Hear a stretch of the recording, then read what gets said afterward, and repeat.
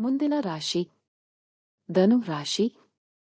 ದಯಮಾಡಿ ಚಾನೆಲ್ ಅನ್ನು ಸಬ್ಸ್ಕ್ರೈಬ್ ಮಾಡಲು ಮರೆಯಬೇಡಿ. ಧನು ರಾಶಿಯವರು ಈ ತಿಂಗಳು ಮಿಶ್ರ ಫಲಿತಾಂಶಗಳನ್ನು ನಿರೀಕ್ಷಿಸಬಹುದು. ತಿಂಗಳ ಆರಂಭದಲ್ಲಿ 5 ಗ್ರಹಗಳು ರಾಹು, ಬುಧ, ಶುಕ್ರ, ಸೂರ್ಯ ಮತ್ತು ಶನಿ ನಿಮ್ಮ 4ನೇ ಮನೆಯಲ್ಲಿ ಇರುತ್ತದೆ. ಪರಿಣಾಮವಾಗಿ ಕುಟುಂಬದಲ್ಲಿ ಅಸಮಾಧಾನ ಉಂಟಾಗಬಹುದು. ಕೇತು 10ನೇ ಮನೆಯಲ್ಲಿರುತ್ತಾನೆ. ಇದು ಕೆಲಸದಲ್ಲಿ ಗಮನ ಕೊರತೆಗೆ ಕಾರಣವಾಗಬಹುದು, ತೊಂದರೆಗಳನ್ನು ಉಂಟುಮಾಡಬಹುದು.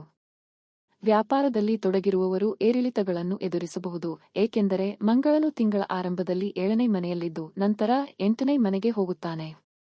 ಈ ತಿಂಗಳು ನಿಮ್ಮ ಆರೋಗ್ಯದ ಬಗ್ಗೆ ನೀವು ಹೆಚ್ಚು ಜಾಗರೂಕರಾಗಿರಬೇಕು. ವೈವಾಹಿಕ ಸಂಬಂಧಗಳ ವಿಷಯದಲ್ಲಿ ತಿಂಗಳ ಆರಂಭದಿಂದ ನೀವು ತೊಂದರೆಗಳನ್ನು ಎದುರಿಸಬಹುದು ಮತ್ತು ನಿಮ್ಮ ಸಂಗಾತಿಯ ಆರೋಗ್ಯದ ತೊಂದರೆಗಳು ಸಹ ಕಳವಳವನ್ನು ಉಂಟುಮಾಡಬಹುದು.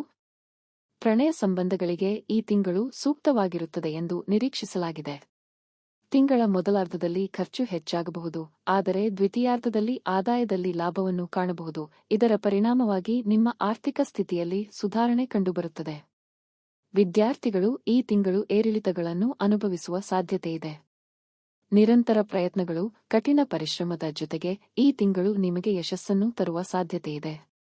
ಪರಿಹಾರ ಕ್ರಮಗಳು. ನಿಮ್ಮ ರಾಶಿಯ ಅಧಿಪತಿ ಗುರುವಿನ ಬೀಜ ಮಂತ್ರವನ್ನು ನೀವು ನಿಯಮಿತವಾಗಿ ಹೇಳಬೇಕು.